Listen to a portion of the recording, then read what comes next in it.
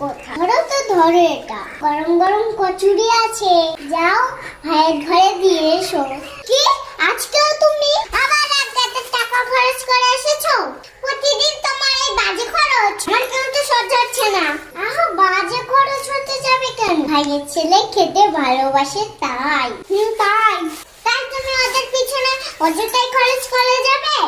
উফ, অযথা নয়, তুমি যাও তো দিয়ে এসো। না, যাবো না আমি।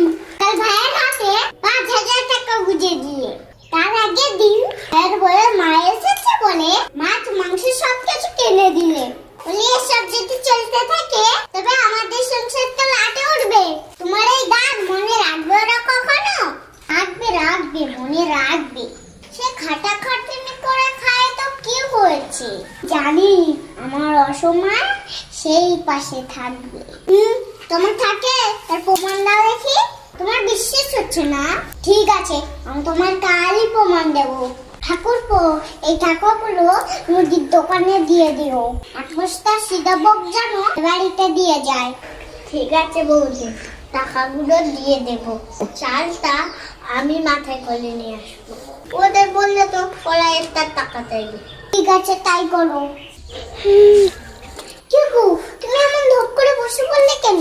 কি হয়েছে দাদা? তো ভাই, আমার সব শেষ হয়ে গেছে। মানে আমার ব্যবসার পার্টনার হবে না বাবু। আমার সব টাকা নিয়ে পালিয়েছে, এমনকি আমার কোম্পানিটাও নিজের নামে করে নিয়েছে। আমাকে রাস্তার ভিখারি করে দিয়েছে ভাই। সে কি, তাহলে তোমার কাছে এখন কোনো টাকা পয়সা নেই? তাহলে তোমার সাথে আমি থেকে কি করব?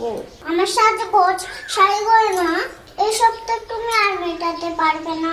আমি কোনো বাবার বাড়ি চলে যাচ্ছি। বৌদি, সে বৌদি, তুমি আমার দাদাকে এই অবস্থায় ছেড়ে চলে যাচ্ছ যখন ওর তোমাকে সবচেয়ে বেশি প্রয়োজন।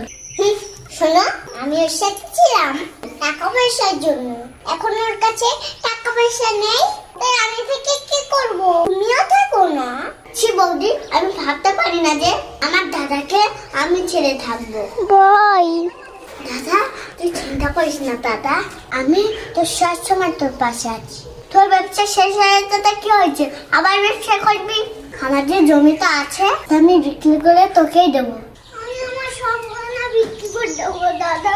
আপনাকে